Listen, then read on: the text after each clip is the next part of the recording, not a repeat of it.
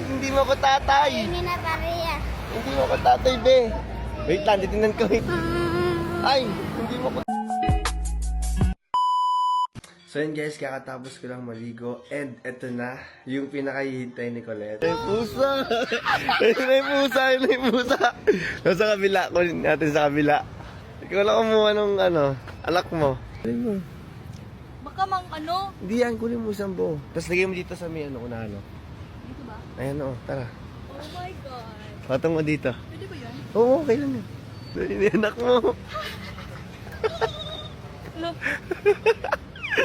So ito na ang gusto niya magkan. Ang dinadalang tayo. Gusto mo na? Actually guys, ito talaga yung anak ko. Oh my God. Mga gamit niya. Ready na. Gano'ng katagal lang ready? 2 weeks. Sabi ko, dito mo na lang ipadede sa akin. Ngayon, tapos na kami kumain guys. Maglalakad na kami. Bababay na ako sa kanya guys. Kasi nakayakap sa akin.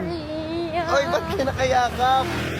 Bakit hindi mo ko tatay? Hindi na pariya. Hindi mo ko tatay, be. Wait lang, titignan ko. Ay, hindi mo ko tatay. Aray ko, hindi mo ko tatay. Pani pariya. Ha? Alis na ako, pera. Okay, may unggoy ka kong kasama. Ayun o. O, ayun na. Hagtoy. Bye-bye. Ayan, swimming sila.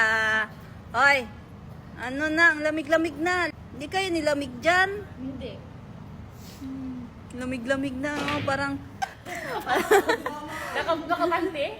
Wala, nakatapis. Bakit? Hingi ng sabon. Siya kasi yung pinakaunang gumamit nito kaya mas maputi siya sa akin.